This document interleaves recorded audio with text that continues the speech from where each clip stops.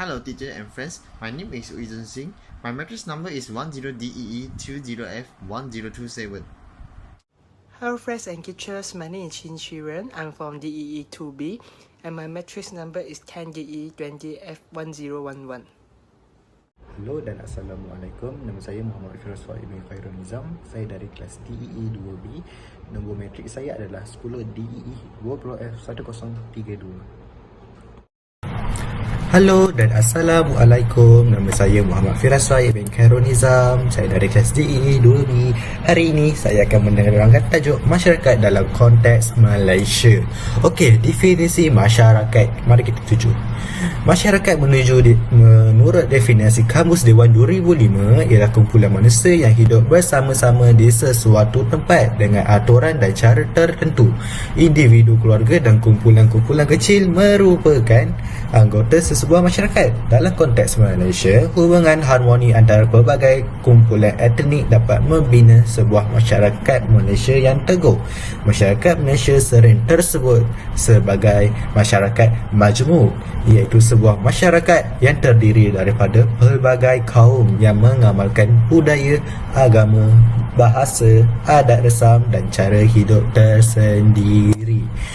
Okey, poin seterusnya. Dari segi sejarahnya, masyarakat Malaysia mempunyai asas kukuh untuk mewujudkan masyarakat berilmu, berformal, bermoral dan mendukung cita-cita murni bangsa berteraskan konsep negara bangsa. Namun begitu, konsep masyarakat Malaysia tidak boleh disamakan dengan konsep bangsa Malaysia kerana mereka berdua-duanya mempunyai maksud yang berbeza walaupun merujuk kepada satu entiti politik yang sama, iaitu Malaysia. Masyarakat Malaysia adalah konsep yang lebih luas, skopnya merujuk kepada satu cita-cita politik. Para pemimpin Malaysia bersama-sama masyarakatnya yang telah menggariskan cita-cita untuk menjadikan Malaysia sebagai sebuah negara maju menjelang tahun 2020 yang berasaskan satu bangsa bersepadu yang dikenali sebagai bangsa Malaysia. Bangsa Malaysia itu merupakan satu bangsa idaman yang kita kehendaki berteraskan hubungan etnik yang harmonis. Okey, mari kita seterusnya ke next point. Dalam usaha memahami konsep negara bangsa, terdapat beberapa definisi yang perlu difahami, iaitu negara, bangsa, ras dan etnik. Istilah negara telah diberikan takrif seperti yang dikemukakan oleh sarjana antara Harold J.A. Lasky dan R.A. dan Harold J.A. Lasky pada tahun 1984, menyatakan negara sebagai satu kelompok masyarakat yang bersatu dan mendapat kuasa yang sah diisi undang-undang. Kuasa itu mengatasi kuasa-kuasa yang dimiliki oleh orang perseorangan kumpulan yang merupakan sebahagian daripada masyarakat itu. Robert A. Dahl yang menyatakan bahawa negara satu sistem politik yang didirikan oleh orang yang mendiami satu wilayah yang telah mempunyai kerajaan memerintah wilayah tersebut. Berdasarkan gambar yang saya tuju ini adalah Robert A. Dahl, ya. So, next terusnya point. Menerusi dua takrifan tersebut, maka negara dapat diistilahkan sebagai satu unit politik yang mempunyai penduduk yang menetap di satu kawasan atau wilayah dengan memiliki sempadan yang jelas. Penduduk itu mula diperintah oleh sebuah kerajaan yang mempunyai kedaulatan dan diakui sah pemerintahannya serta berkuasa untuk menggumbal dan melaksanakan undang-undang serta peraturan supaya dipatuhi oleh rakyat jelatanya. Negara yang cuba diterangkan itu adalah merujuk kepada negara Malaysia, mempunyai 13 buah negeri serta bentuk pemerintahan persekutuan yang didasari dengan konsep demokrasi berparlimen dan raja berperlembagaan. Definisi masyarakat pula, apa itu? Etnik boleh didefinisikan sebagai sekelompok manusia yang mengamalkan budaya hampir seragam, termasuk adat resam, pakaian, bahasa dan kegiatan ekonomi. Konsep etnik mempunyai erti yang berkaitan dengan rapat dengan konsep-konsep ras dan bangsa. Ras dan bangsa memberikan penekanan pada perbezaan fizikal atau sifat biologi, keturunan dalam pertalian darah yang sama. Maksud biologi itu antara sesama manusia. Manusia. Okey, seterusnya. Istilah bangsa pula mempunyai maksud yang lebih luas yang jika dibandingkan dengan ras atau etnik. Contohnya merujuk kepada kumpulan masyarakat yang tinggal di satu ruang wilayah yang mempunyai sempadan tetapi masih lagi dalam satu kerajaan yang sama serta mentaati undang-undang yang sama. Halo, Teacher and Friends, nama saya Ujun Sik dari kelas DEE2B. Matrix number ialah 10DEE20F1027. Ya, hari ini saya nak terangkan definisi masyarakat. Secara keseluruhannya, negara bangsa merujuk kepada sebuah negara yang berdaulat dengan rakyatnya hidup bersatu padu tanpa ada pemisahan sama ada dari segi keturunan, kaum, agama, bahasa, budaya, daerah dan lain-lain. Rakyat yang mendiami kawasan tersebut juga yakin dan percaya kepada sistem pemerintahan dan undang-undang yang dilaksanakan. Contohnya kita punya Malaysia, penduduk Malaysia kan juga yakin dan percaya kepada sistem pemerintahan dan undang-undang yang dilaksanakan di Malaysia. Di Malaysia, komponen yang membentuk negara bangsa Malaysia ialah negara, bangsa, kerajaan dan perlembagaan persekutuan. Okey, yang ciri-ciri masyarakat majmuk. Yang konsep masyarakat majmuk mula dipelopori oleh seorang pakar antropologi iaitu J.X. Funiver berdasarkan kajian yang dibuatnya di Indonesia dan Burma pada tahun 1948. Yang konsep ini digunakan secara khusus untuk merujuk kepada masyarakat tropika yang berada di bawah kuasa penjajah dengan bercirikan perpecahan dan konflik antara kelompok yang berlainan keturunan di bawah satu sistem politik. Yang menurut beliau, masyarakat majmuk merujuk kepada masyarakat campuran yang berbilang bangsa, namun campuran ini dalam erti kata yang sebenar bergaul tetapi tidak bercantum. Setiap kumpulan mengamalkan agama dan adat, kebudayaan, bahasa, fahaman dan cara hidupan sendiri. Masyarakat majmuk ini juga hidup bersebelahan tetapi terasing dalam satu unit politik. Dari segi ekonomi pula, wujud pembahagian pekerjaan mengikut kaum dan etnik. Yang ayat ni maksudnya, kita adalah kita dan campuran, tetapi kita berpaduan. Setiap kumpulan pun ada agama sendiri, kebudayaan, bahasa, fahaman dan jalan hidupan sendiri. So, masyarakat yang dari segi ekonomi pula, wujud pembahagian pekerjaan mengikut kaum dan etnik. Macam kan kita contohnya Cina, ya ada cara hidupnya sendiri tak share dengan kaum yang lain kan. So, tak perpaduan no. Okey, ciri-ciri masyarakat majmuk pun ada menurut pandangan seorang penulis sejarah. Penduduk di tanah Melayu sebelum mereka digambarkan sebagai hampir tidak mempunyai sebarang persamaan dalam setiap perkara hidup mereka, melainkan mereka tinggal di dalam sesebuah negara. Yang ini ayatnya maksudnya, dia cakap seorang penulis sejarah tu, dia cakap penduduk di tanah Melayu sebelum mereka tidak mempunyai sebarang persamaan dalam setiap perkara hidup mereka. Contohnya, bahasa. Okey. Dalam konteks memahami kerangkaan masyarakat Malaysia, beberapa konsep perlu diteliti serta difahami untuk memudahkan pemahaman tentang perkara tersebut. Antaranya konsep masyarakat majmuk dan masyarakat pelbagai kaum. Contohnya, kita punya Malaysia perlu diteliti serta difahami untuk memudahkan. Ada beberapa konsep kita nak boleh bagi kita memudahkan pemahaman tentang perkara Malaysia. Contohnya kita punya konsep masyarakat majmuk dan masyarakat berbagai kaum.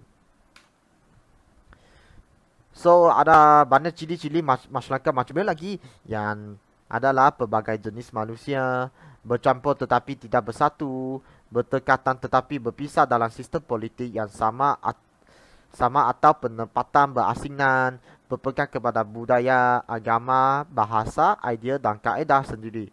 Bergaul tetapi tidak bercantum dan perasingan pekerjaan mengikut kaum. Okey, yang last, faktor pembentukan masyarakat majmuk. Yang pembenjahan British, Penjajahan British merupakan faktor utama terjadinya masyarakat majmuk di Malaysia dan ia juga sebenarnya telah mengakibatkan berlakunya perubahan dalam sejarah pentadbiran negara. Ya, ayat ni dia maksudnya British dia merupakan itu faktor masyarakat majmuk dia di Malaysia dulu.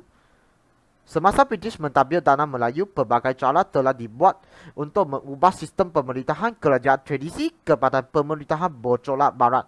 British juga telah memperkenalkan sistem divide and rule, iaitu pecah dan perintah, yang mana mereka telah membahagikan kawasan mengikut provinsi tertentu, kemudian memerintah kawasan tersebut mengikut cara kesatuan. Yang semasa British datang ke tanah Melayu, dia sudah mengubahkan sistem pemerintahan tanah Melayu kan. Ya tukapi yang sistem barat tu. Okey, dasar British ini telah menyebabkan ketiga kaum itu hidup berpisah antara satu sama lain. Melalui dasar ini juga British telah menentukan peranaan setiap untuk tidak berinteraksi antara kaum tersebut. British tidak mahu tiga kaum utama itu bersatu dan seterusnya akan menentang pihak British.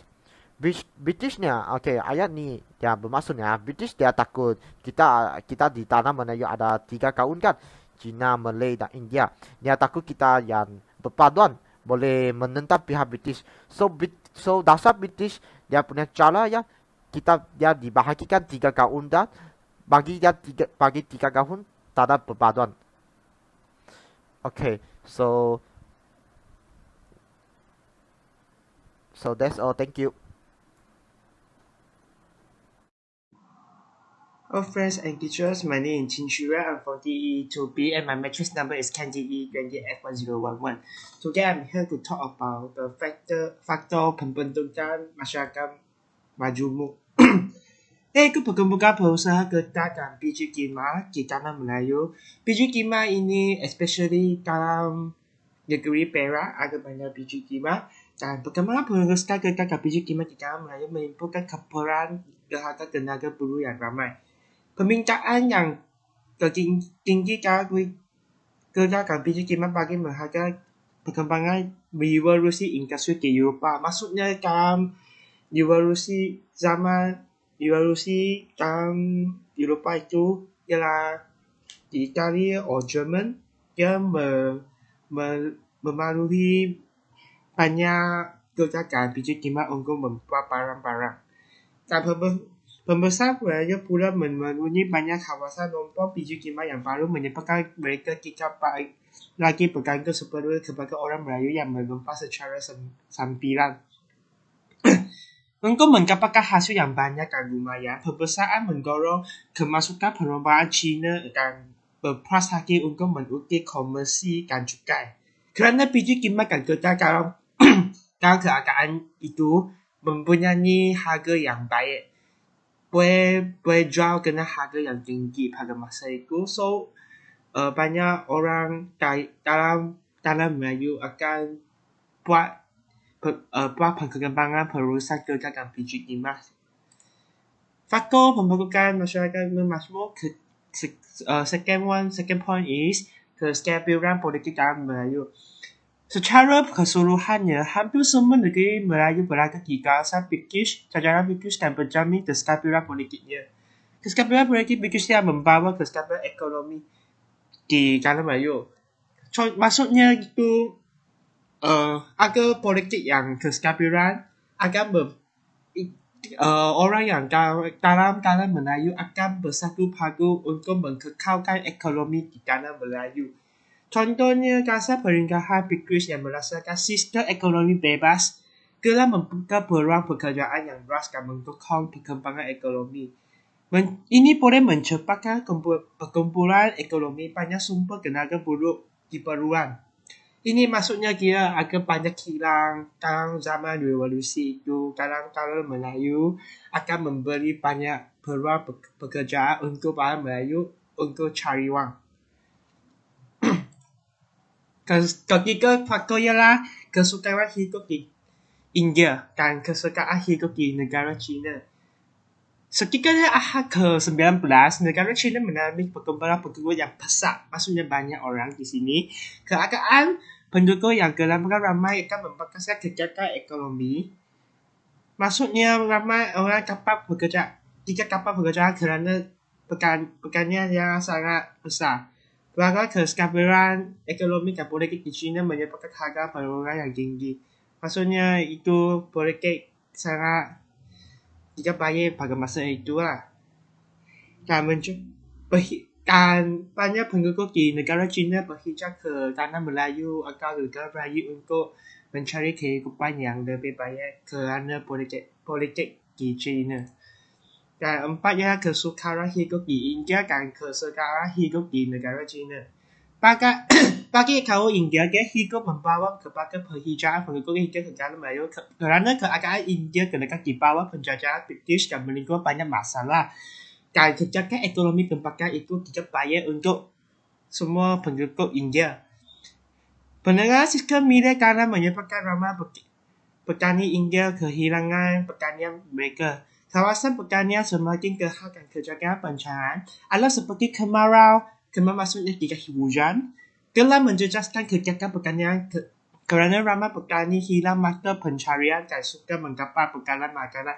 Maksudnya kemarau ini akan menjejaskan kehidupan penduduk di India yang membuat pertanian itu. Tanah Melayu merupakan salah satu destinasi utama mereka memanfaatkan terdapat peluang pekerjaan yang luas di sini. Maksudnya kan Melayu ada hujan, ada faktor-faktor yang bersesuaian untuk pertanian. Yang faktor yang seterusnya bencana alam yang berluasa. Bencana alam yang sering berlaku di negara China seperti banjir dan kemarau telah merosakkan keamanan mereka.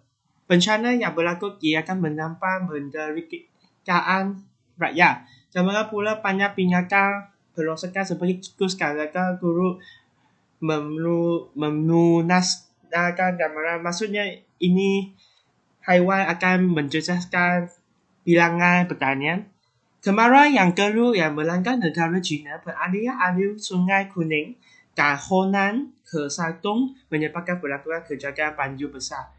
Pada masa itu, banyak banjir akan berlakukan kalau hujan lebat. Hujan untuk 3 hari hingga seminggu akan menjadi banjir gila. Tiga keberadaan politik dan ekonomi di negara China. Pada zaman pemerintahan Manchu ke Cegus, ini adalah hanya satu sebab untuk keamanan di kawasan selatan. Sedangkan untuk ini akan menyebabkan menenakan cukai yang terlalu tinggi terhadap para petani dan kurang prihatin terhadap masyarakat rakyat. Kerajaan Manchu meningkatkan para petani dan kurang prihatin terhadap masyarakat rakyat. Dan seterusnya, keadaan bertambah genting apabila berlakukannya pemberontak Taiping yang kecelakaan sekitar tahun pada 1857 di kawasan Kenal dan Selatan negara China dan diikuti dengan berlakuan pemberontakan Boxer. Dan keadaan ekonomi pendudukan China bertambah teruk apabila berlakukan kemasukan barang-barang dari barat. Maksudnya dia import dalam negara lain, contohnya negara Eropah, negara Amerika itu. Dan menyebabkan ramai orang China hilang pekerjaan kerana dia import dalam negara lain, dia akan hilang banyak peluang pekerjaan untuk rakyat kerana dia tak ada kilang untuk melakukan program sendiri. Dan ini adalah dijelaskan dalam sektor pembuatan, pengangkutan dan perniagaan. Ini sahaja untuk saya terangkan pada hari ini. Thank you.